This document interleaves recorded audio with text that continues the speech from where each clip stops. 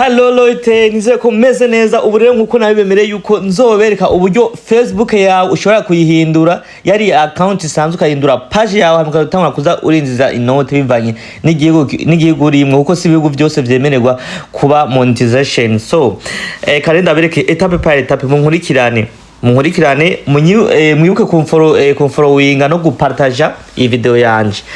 So twagiye ucoca ngaha kuri menu. Size ngaha kuri menu urabona ahantu handitse friend, ahantu handitse page, ukabona ahantu handitse save, ucukanda rero ahantu handitse professional dashboard. Ni ucufyonda umaze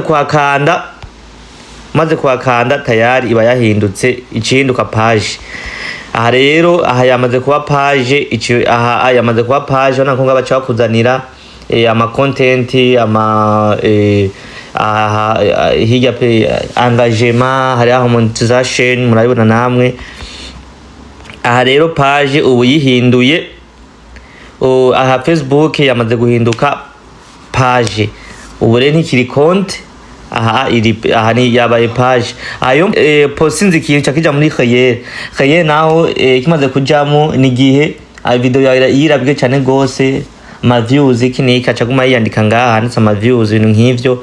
Hanyuma ejo cyangwa hirya yejo ngaha kuri engagement ukayitangura kuzura abona amahera bakora kwinjiriza barakora guhemba.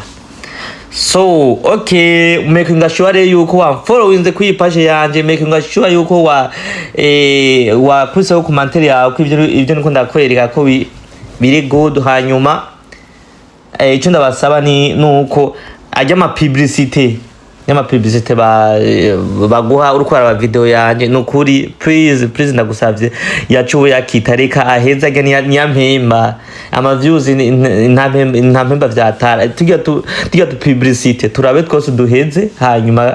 Hanyuma komsa mahera bashe kugira ikwiyongera mbashe kubaha ama content y'ubusazi. Merci sana mwakoze kunkurikira ubu yabaye ni kalenda kwerekere ko yabaye ya konti yanje ko yabaye page aho ucubimenyera nuko ucukanda ngaha eka ndabereka tuje ngaha kuri profile yanje Joris Dasairo.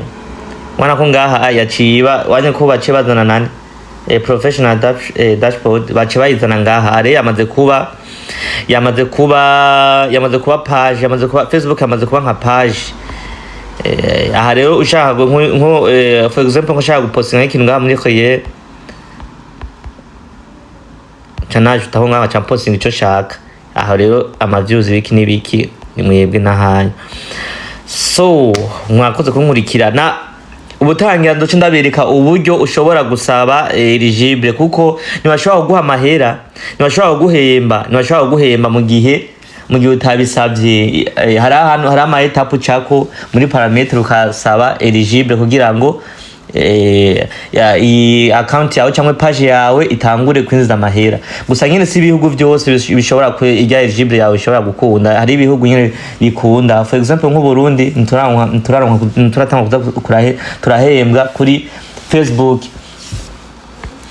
Mu video y'ubutaha ndabereka uburyo ushobora gusaba eligible komsa amahera atangure kwinjira kuri video postinze, kuri post yawe postinze, kuri foto yawe, kuri test yawe postinze, byose bitangure guhemba.